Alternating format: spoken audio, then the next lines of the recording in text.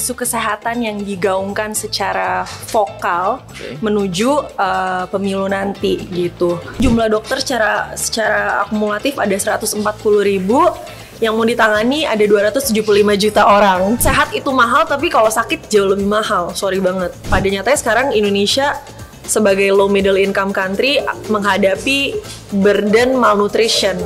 Yang kekurangan nutrisi banyak, yang obesitas ternyata lebih banyak. Gue berharap banyak sama calon yang berikutnya akan memimpin, semoga ada fokus ke arah kualitas kesehatan sumber daya manusianya, sehingga nanti di 2045 bukan Indonesia cuman menang produktif, tapi sehat dan produktif.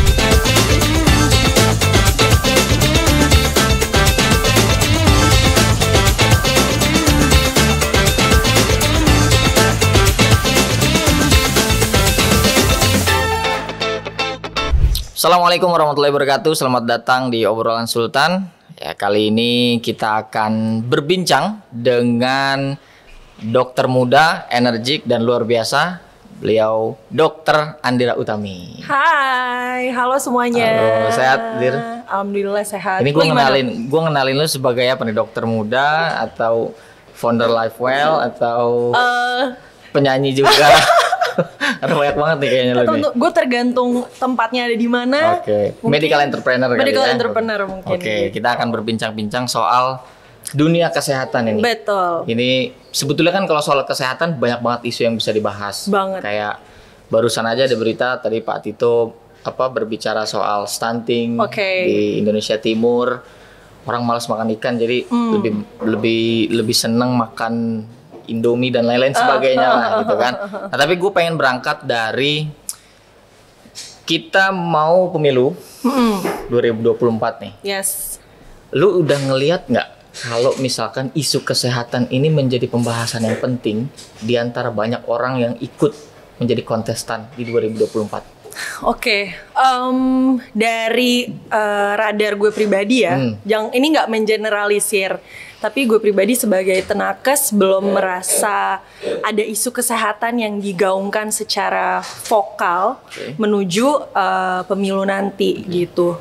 Masih kayaknya dalam program-programnya infrastruktur, fokus untuk pengembangan pertanian gitu. Padahal kan menurut lu penting? Penting banget lah, karena kan kualitas SDM-nya kan dipengaruhi juga sama kesehatan masyarakatnya gitu. Dan baiknya sih patutnya harusnya diusung ya tentang kesehatan. Mungkin akhirnya stunting dibahas. Kemarin kan semingguan kemarin yang Pak Jokowi ngomong ya. Dia marah sampai anggaran 10M gitu ya. Iya, anggaran 10M nggak teralokasikan dengan baik karena katanya yang buat beli telur itu nggak sampai 2M, sisanya buat rapat, perjalanan, lalala gitu. Ikut dong gitu. Padahal stunting itu sekarang masih menjadi hantu yang luar biasa ya. Stunting itu sendiri sebenarnya sangat mempengaruhi SDM pastinya, karena dia itu mempengaruhi perkembangan dan kemampuan kognitif si kita bahas orang soal tersebut. Stunting kali. Mungkin banyak yang belum tahu nih terkait stunting itu apa segala macam.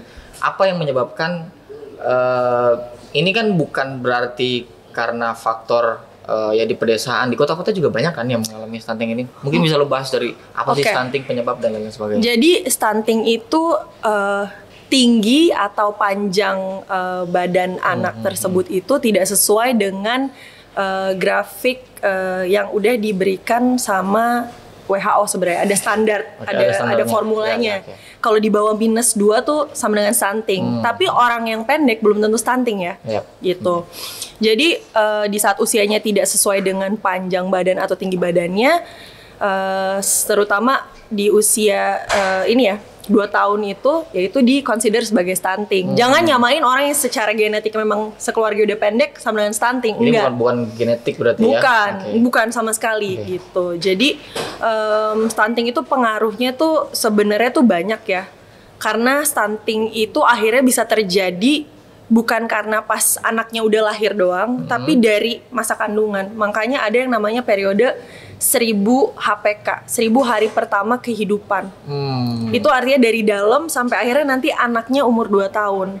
gitu. Jadi proses itu tuh harus dimaksimalin karena perkembangan yang sifatnya kualitatif itu banyak di periode itu. Jadi bukan karena setelah lahir baru jadi stunting, enggak, itu dari kehamilan. Jadi ini kolaborasi dari ibunya, pola asuhnya, sanitasi, lingkungan.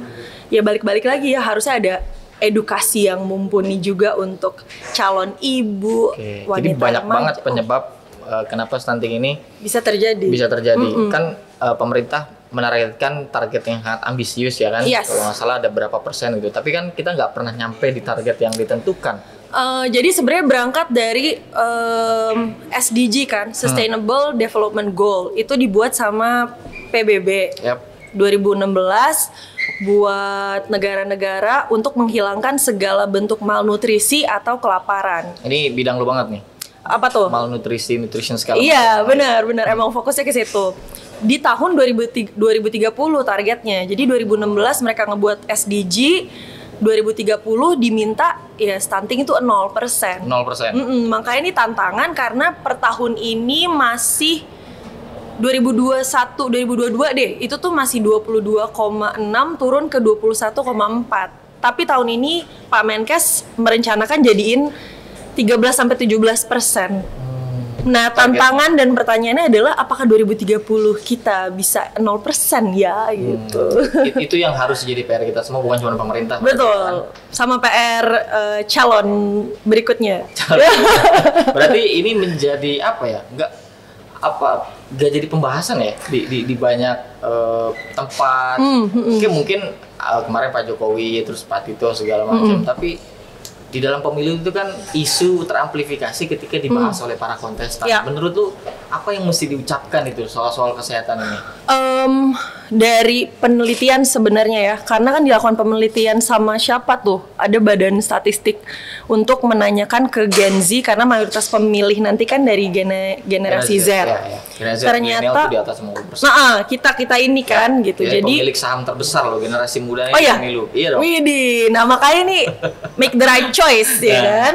Lanjut. Terus mereka itu ternyata isu yang dianggap penting, surprisingly satu lingkungan, jadi tentang environment, polusi udara ini, green, renewable energy, mereka tuh yang kedua adalah kesehatan. Jadi konon katanya denger-denger desas-desus nanti di pidato dan kampanye dan lain-lain sebagainya.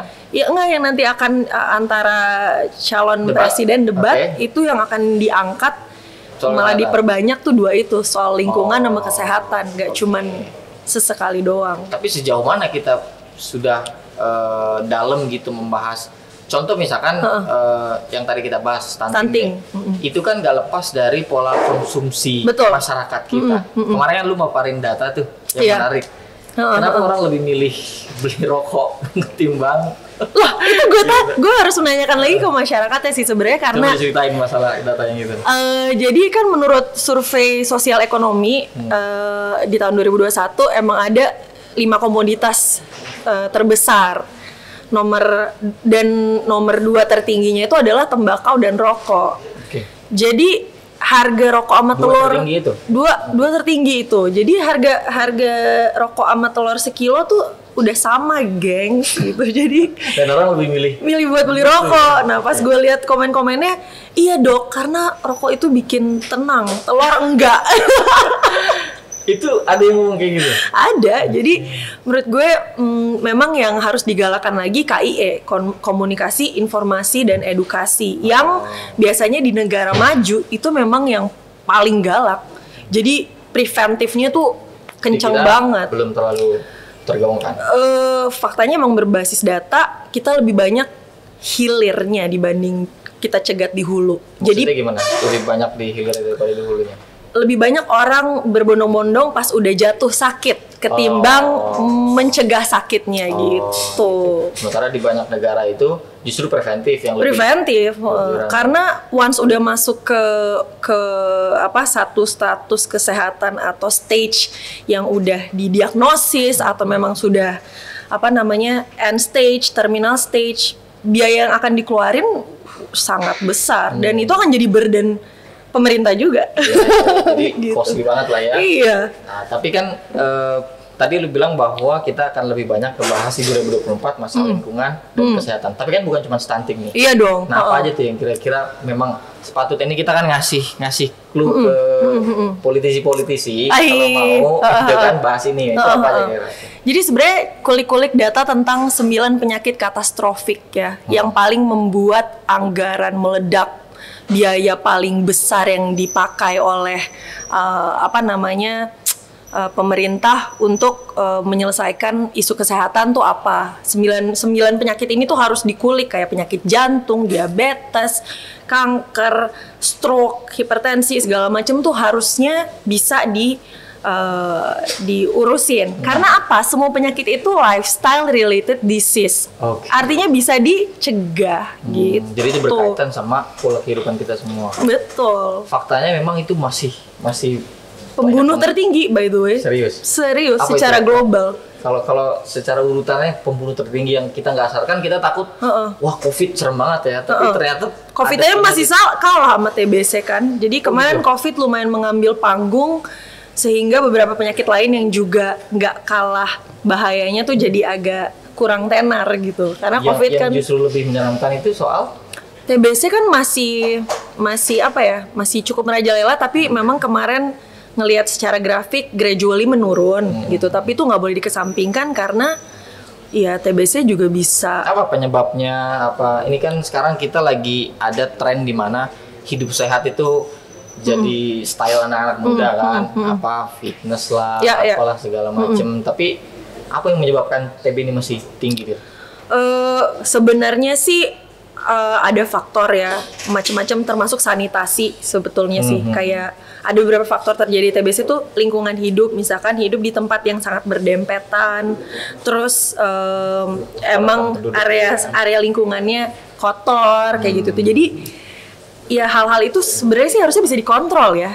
Cuman ya harus konstan, nggak boleh sekali-sekali. Berarti emang dasarnya tuh si komunikasi, informasi, edukasi tuh harus ada sebenarnya setiap saat deh. Berarti ini kritik lu ya? Setiap momen gitu, kayak jangan nunggu pasiennya datang pas udah sakit, kita galakan aja di mana-mana dalam bentuk apapun, kampanye kek atau program yang dirasa bisa dimiliki oleh semua masyarakat Indonesia. Kayak contoh di Jakarta kan ada CFD. Itu kan sebenarnya dari bukan programnya private sector untuk ada CFD kan, tapi akhirnya ada sebuah aktivasi yang melibatkan masyarakat orang untuk berbondong-bondong datang ke situ. Mereka punya sense of belonging juga karena ini bisa dicapai, semua orang bisa kesini. Nah, harusnya membuat sesuatu yang rasanya gampang untuk dipeluk sih sama orang. Tapi kan ini soal mindset juga, banyak pola pikir masyarakat kita, ya udahlah, selagi gua nggak apa-apa juga nggak ada yang harus disiapin nggak sih? Mengkritisi itu memang harusnya mungkin ya, kedepannya harus ada reward and punishment. Contoh, gimana tuh? Misalkan orang datang ke fasilitas kesehatan, terus dia bilang saya sakit ini.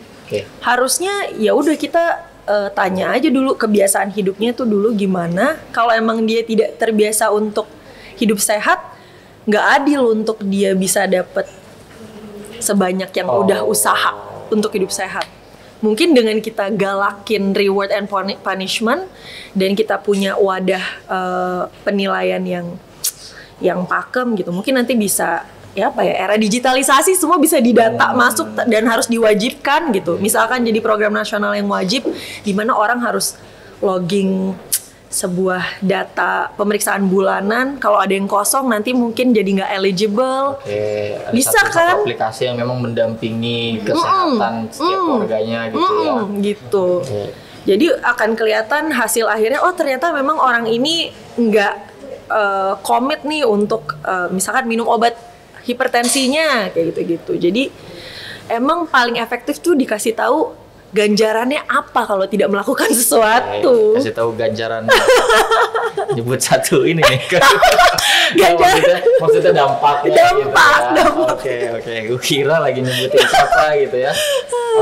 Tapi ini ngomongin masalah sekarang kan lagi mahasiswa baru masuk nih kampus gitu. kenapa sih mahasiswa kedokteran itu mahal gitu?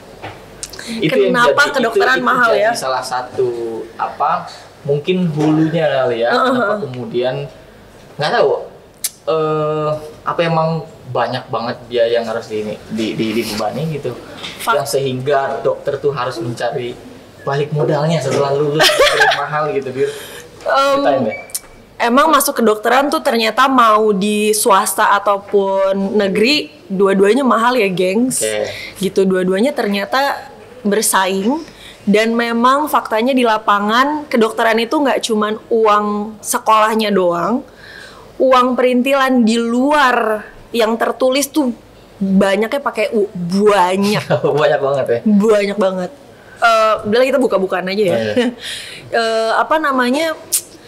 Let's say kita mau ada presentasi, kita mau ketemu sama guru besar gitu, nunduk berat lah kita. Emang kita nggak bawa sesajen apa di meja, nggak nyiapin apa lah segala macam. Itu harus ada persiapan itu. Wah, kita presentasi kan kayak nafas ya sebenarnya. Kasus kita presentasiin itu kan adalah sebuah, ibaratnya rapatnya antara mahasiswa kedokteran tuh ya presentasi kasus gitu. Itu satu. Kedua, buku kedokteran mahalnya setengah mati. Gitu ya? Aduh, bukunya segede-gede gini dan paketannya tuh bisa jutaan. Dan itu nggak satu? Setiap departemen, penyakit dalam, obstetri ginekologi, kulit kelamin, radiologi, itu ada buku kiblatnya masing-masing gitu. Jadi bayangin ada 12-13 departemen, masing-masing departemennya itu minimal punya buku acuan 3-4 buku.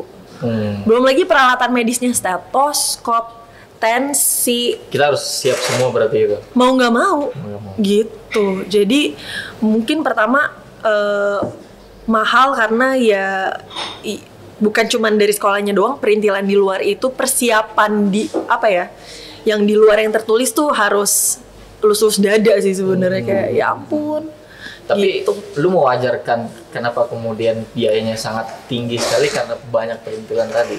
Itu kan di luar yang di sistemnya ya. Tapi kalau mungkin memang secara objektif banyak banget barang-barang yang berhubungan dengan medis dan sub-subnya yang butuh alat-alat yang memang harganya mahal.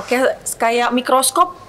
Setiap anak harus megang satu kan. Jadi kita di laboratorium tuh minimal ada puluhan mikroskop. Memang ada lab, ada ya untuk kepentingan praktikum sebenarnya. Nah, penyediaan alat itu tuh juga memang pada dasarnya harganya mahal. Belum lagi kita sebagai mahasiswa kedokteran pada saat sekolah, kita demand-nya adalah alatnya yang bagus.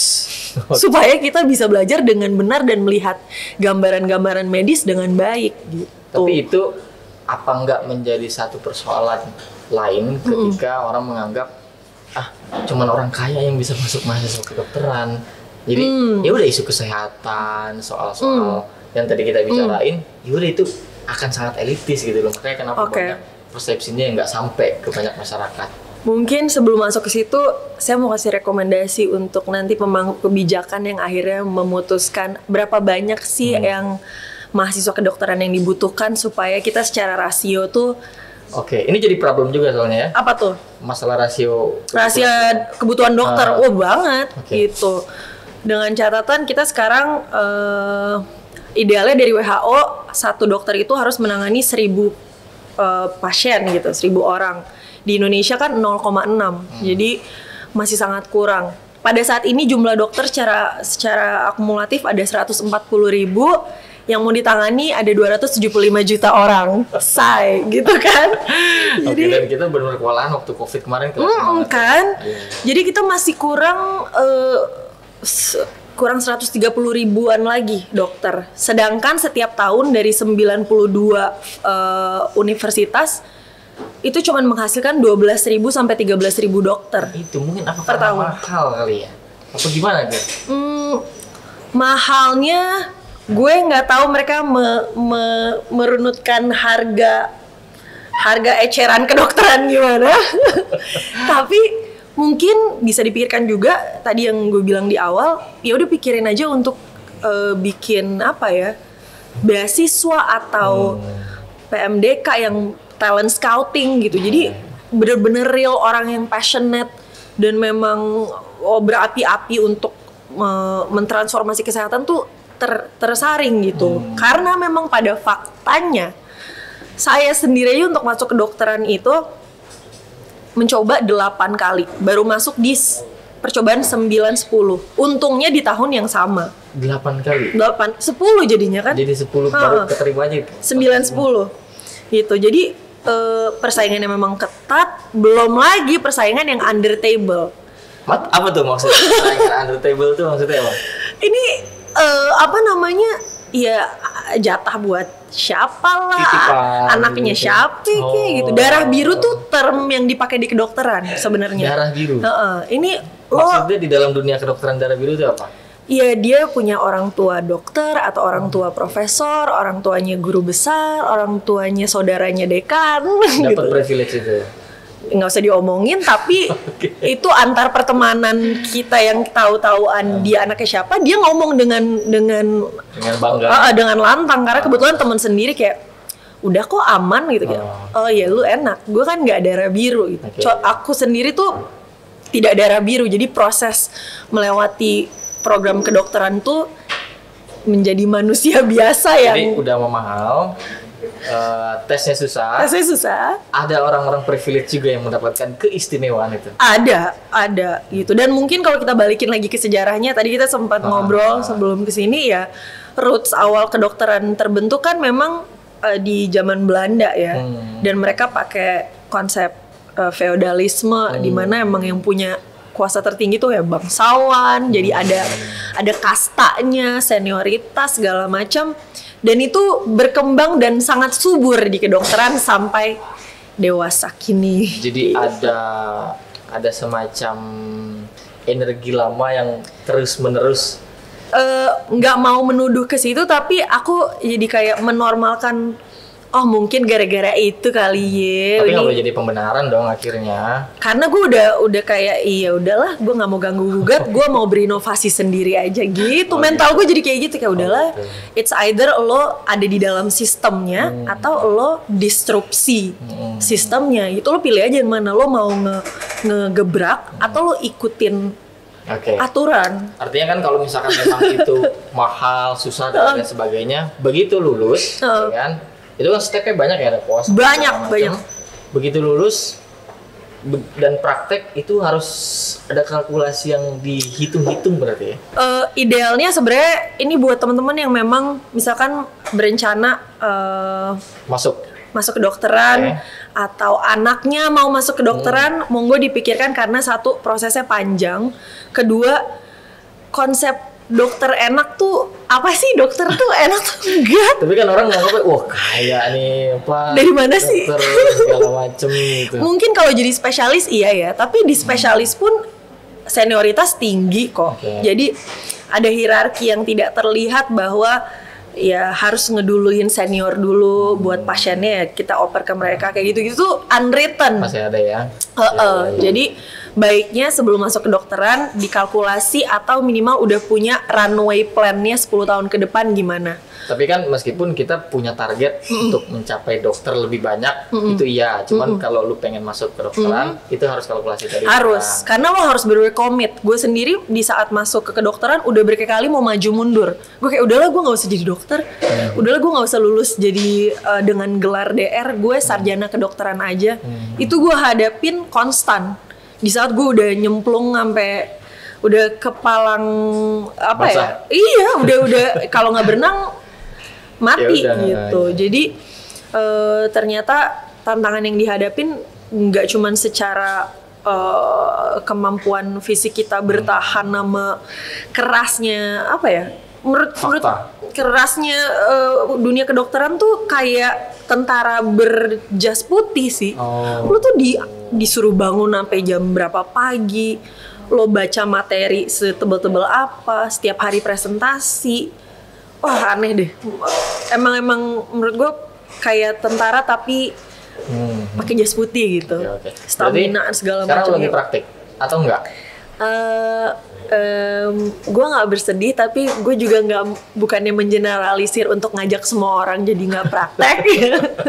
Tapi gue memilih untuk tidak menjadi klinisi atau nggak menjadi dokter yang praktek. Kenapa ini jadi satu isu juga pembicaraan pasti di setiap lulusan kedokteran ya? Betul, karena sejatinya ya udah masuk kedokteran sebenarnya sayang.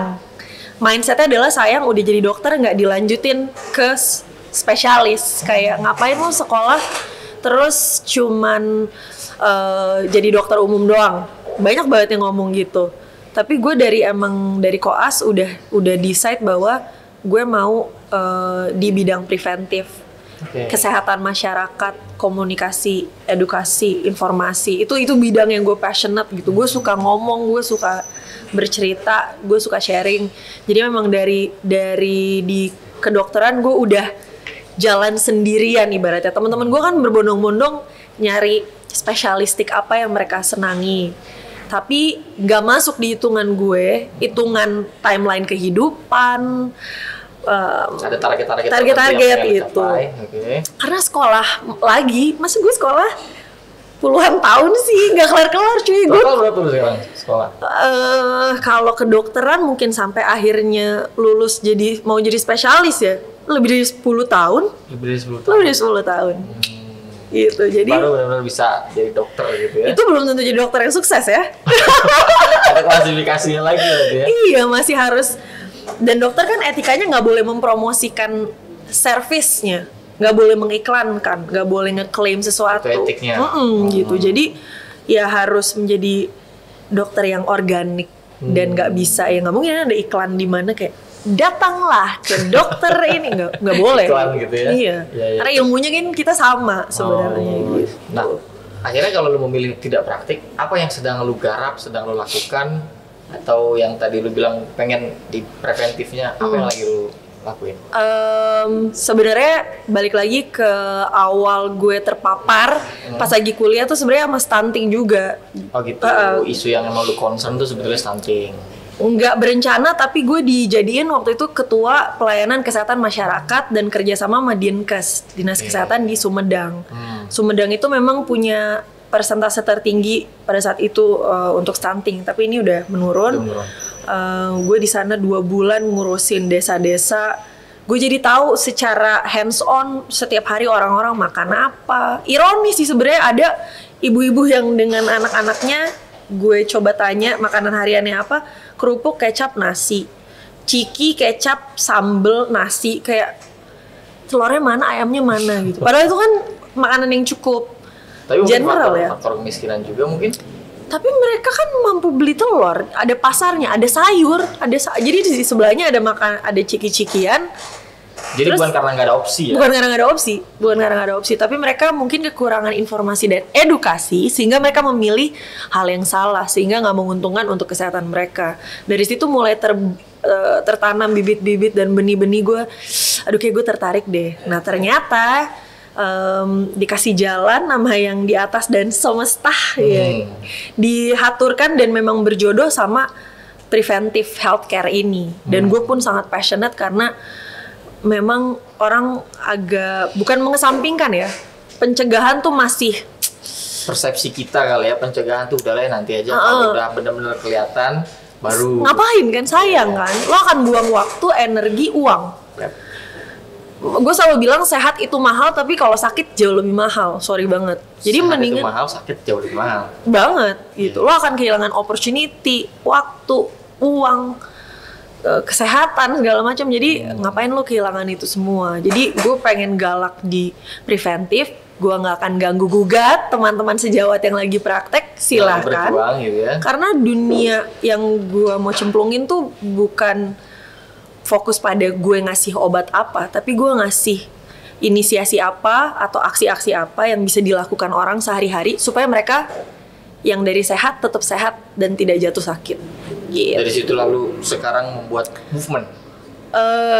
Ya jatuhnya awalnya movement sampai akhirnya dia jadi sebuah platform yang konkret dan memang berbasis digital. Karena memang eranya kesana, kita persiapan 4.0 ya. Betul. Jadi kayaknya memang secara infrastruktur ini patut juga sih. Namanya juga kesehatan dan dokter ya. Kita udah kadang-kadang tuh nggak jarang ketemu dokter yang memang udah live inside the box. Kita ngerasa pinter banget.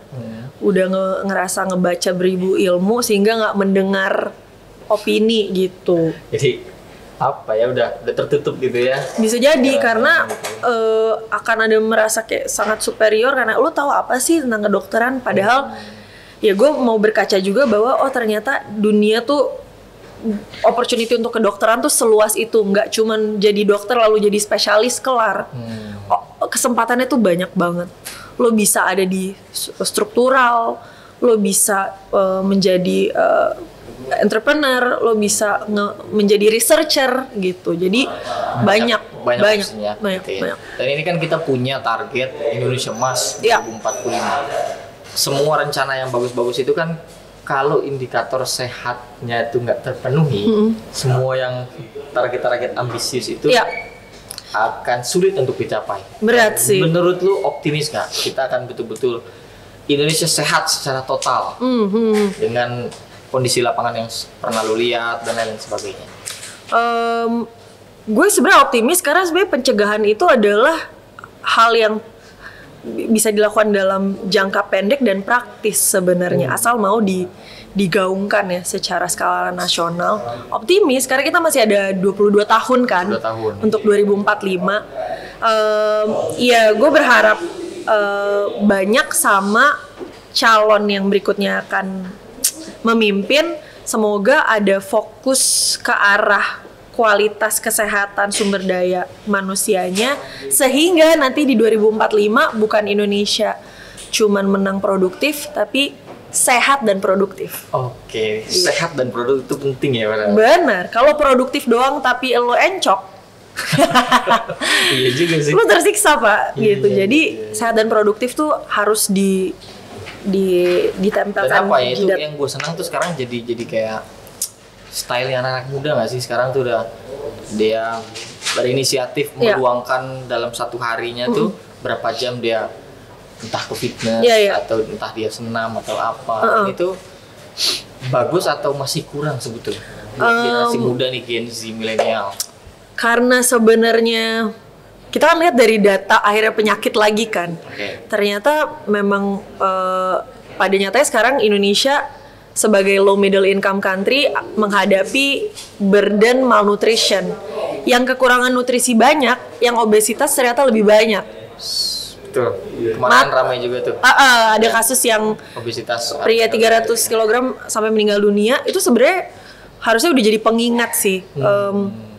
Ternyata berbasis data semuanya kita yang kelebihan berat badan ini tuh masih juga sangat banyak, dan kadang orang nggak menyadari karena kurus belum tentu sehat, gemuk belum tentu sakit. Jadi emang harus ada pencegahan, pendeteksian. Nah, aksi-aksi itu yang saya harapkan bisa digalakan atau digerakkan sama pemangku-pemangku kebijakan supaya tuh kita tracing bukan nunggu gitu kayak. Jangan nunggu sakit. Karena kompas kesehatan kan bisa dilihat dari pemeriksaan darah sebenarnya. Ini gue kayak gini belum tentu gue kolesterolnya rendah, belum tentu gula gue rendah. Jadi harusnya ada inisiasi program yang memang buat masyarakat untuk kita tangkepin nih keadaan-keadaan yang bisa membawa dampak buruk dalam proses kita mau mengejar Indonesia Emas ini nih gitu. Kita benerin deh gitu. Yang kelihatan sehat aja masih insecure. Betul lah. Apa enggak itu? Apalagi kita yang mungkin kadang luput gitu ya. Luput. Terakhir deh, mungkin bisa apa semacam reminder atau pesan movement lah buat generasi muda kita nih yang mungkin lebih mengedepankan ya karena mungkin sibuk karena di tempat kerjaan segala macam sehingga menomorduakan yang namanya kesehatan. Silakan. Sebagai perwakilan milenial dan sangat erat dengan Gen Z juga, kita ini kan penerus bangsa ya nanti gitu. Puluhan tahun ke depan kita nih yang akan jadi masa depannya gitu. Semoga kita lebih tergerak untuk dan punya beban moral untuk apa ya, meningkatkan kualitas kesehatan kita karena ya akan mempengaruhi produktivitas kedepannya juga gitu. Daripada lo kehilangan waktu untuk mengejar kesempatan, mimpi, opportunity karena lo sakit, mending lo cegah itu dengan cara ya hidup sehat. Hidup sehat tuh sebenarnya cakupannya simple, lo pikirin makanan lo olahraga seminggu minimal ya 2 kali lah gitu. Sekali ya udah deh oke gitu.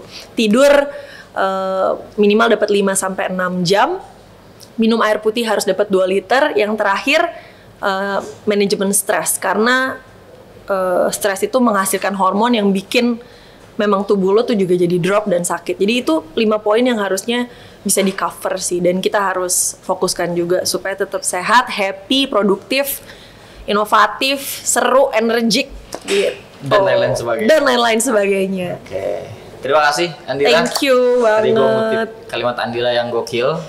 Sehat itu mahal, tapi sakit jauh lebih mahal. Betul sekali. Terima kasih Andira, kita ketemu di episode lain. Assalamualaikum warahmatullahi wabarakatuh. Bye-bye. Waalaikumsalam. Thank you Andira. Thank you.